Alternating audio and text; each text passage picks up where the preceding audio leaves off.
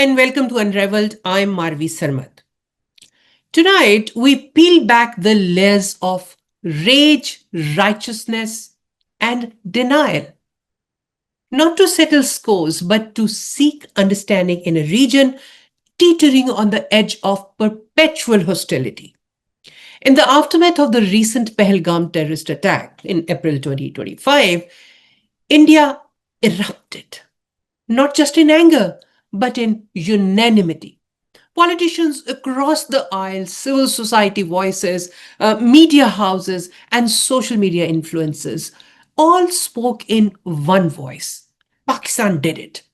There was barely any effort to ask the uncomfortable questions. Where is the proof? Where is the smoking gun? But across the border in Pakistan, the reaction was equally monolithic and eerily familiar. Politicians, commentators, and the broader public simply denied the possibility, not just of involvement in this particular attack, but of any government linked terror infrastructure or non state actor targeting India from Pakistani soil. Why this chorus of certainty on one side and collective denial on the other? That's the puzzle we'll try to unpack tonight. Let's begin with India. Since the early 2000s, and especially after the deadly 2001 parliament attack, the and also the 2008 Mumbai carnage, fast forward, it happened in Uri attack happened in 2016, and then in 2019, the Pulwama suicide bombing. A pattern has emerged. Whenever a terror incident strikes Indian soil, particularly in Jammu and Kashmir, the response is near instantaneous. Blame Pakistan. In several of these cases, particularly Mumbai and Pulwama and Uri as well, there was credible evidence that led to Pakistan-based groups. Ajmal Kasab's confessional videos, intercepted communications in some of these incidents, international investigators, especially in Mumbai, even Pakistan, in some cases, in Mumbai's case, for example, admitted elements of truth, albeit under pressure. But over the years, this reflexive blaming has grown increasingly totalizing, even when the evidence is scant or absent or circumstantial. Why? Part of the answer lies in the political utility of these accusations. For example, in 2019, Prime Minister Narendra Modi's BJP campaigned on the back of Pulwama, surgical strikes, national pride, Pakistan bashing, ghar mein ghus ke marenge, and it worked. They won. There was a study in 2019 by Yogendra Yadav's CSDS team that found that public approval for Modi's handling of national security surged after the Balakot airstrikes. A narrative was cemented. Modi is strong, Pakistan is the villain, security equals votes.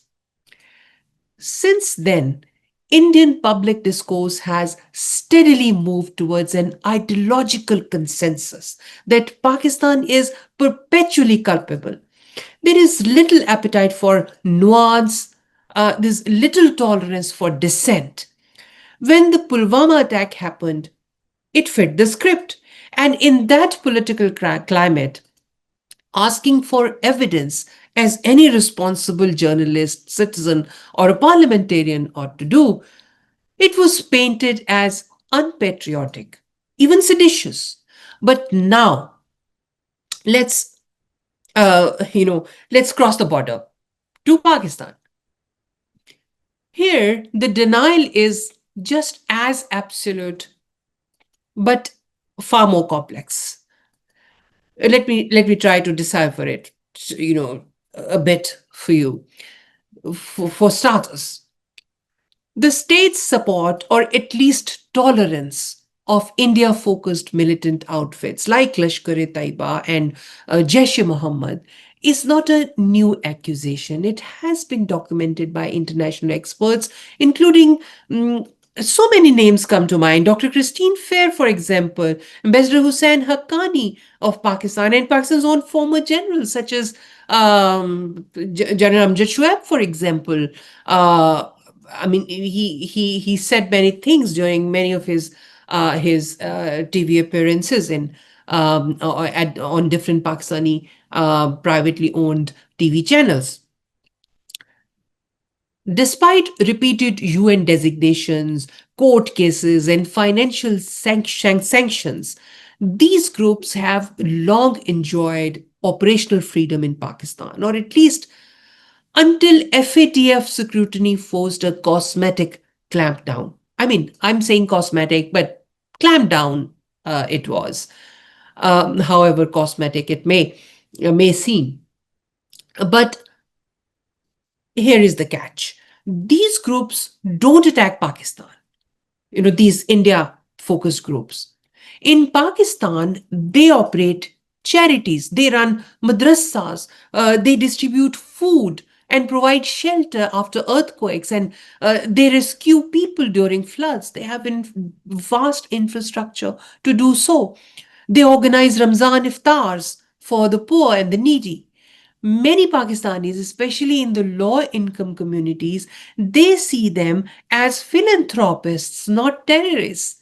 And their India focused agenda is viewed by a section of the Pakistani populace, not as terrorism, but as resistance against India's occupation of Kashmir, which is a dispute recognized by the United Nations, by the way, and a majority of the members of the international community as well, in their own capacities.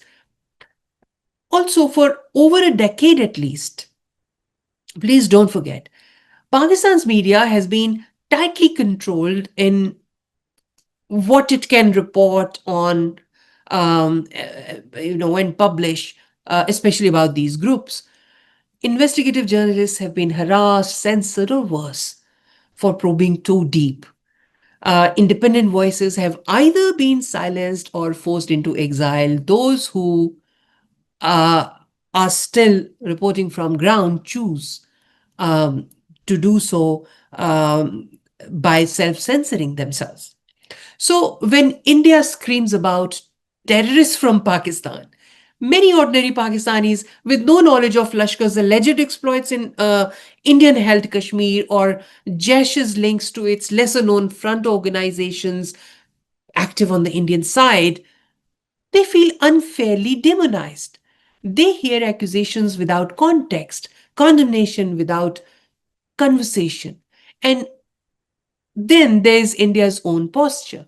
In recent years, India's media ecosystem, especially the hyper-nationalist TV channels, has portrayed Pakistan not as a rival but as a rogue state, a sponsor of terrorism, and even a failing nation state.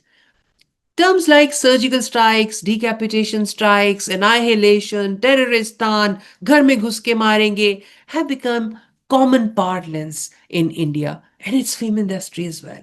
The soft power that India speaks about, boast of. Now, this tone, dismissive, derisive, and often dehumanizing, has left even the most peace inclined Pakistani intellectuals disillusioned.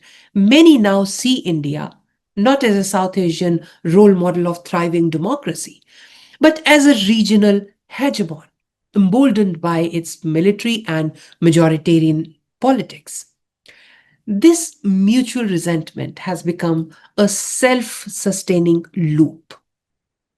In India, the idea of Pakistan as the eternal villain is so embedded that any terror attack immediately triggers mass condemnation, regardless of evidence.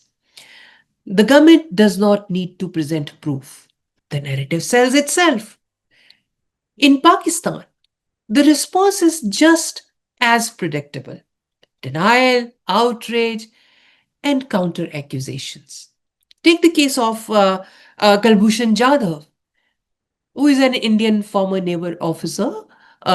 He was arrested in Balochistan and convicted by a Pakistani court for espionage and sabotage. India maintains he was kidnapped from Iran, but his confessional video, however contested, and secrecy surrounding his trial has allowed the Pakistani establishment to cement a counter narrative. India too sponsors terrorism. Terrorism on Pakistan soil uses Balochistan's insurgency in its favor and has co opted Baloch insurgents. The truth, likely somewhere in the murky middle, but there's little space for that in public discourse on either side. Then here's the danger. This totalizing logic of us versus them eliminates nuance, it kills accountability. In India, it prevents serious scrutiny of national security failures. Why did the Pahalgam attack happen? How did the attackers get through? Why no one has been arrested so far, even after India attacked another country? Uh, as a punishment for the Pahalgam attacks, but India doesn't know who actually killed those innocent people in Pahalgam. In Pakistan, it prevents a sober conversation about the cost, moral, political, and economic, of tolerating militant groups that have long outlived their strategic usefulness. It makes us all useful idiots in service of someone else's agenda. Tonight I say this not to exonerate Pakistan or to implicate India unjustly. I say this to hold up a mirror. Both societies, India and Pakistan, they are victims of information warfare in today's reality, not from foreign actors, but from their own states. What we need is a third narrative, one that neither whitewashes terrorism nor weaponizes it for electoral gains, one that centers peace, accountability, and human dignity. A narrative where we can mourn the dead of Pahalgam, of Mumbai, or all other the terrible terrorist incidents in India or in Pakistan without beating the war drums, where Pakistanis can acknowledge the sins of their states without feeling traitorous, and where Indians can demand proof, not propaganda, without being labeled anti national. The alternative to this is dangerous. Already in post war Pakistan, nationalism is surging in ways we haven't seen before. There is genuine pride in resisting Indian aggression. That pride, if untethered from reason, can become a blunt tool of militarism.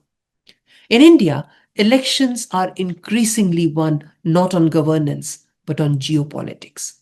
That too is a slippery slope because most of the time that geopolitics involves hatred towards Pakistan.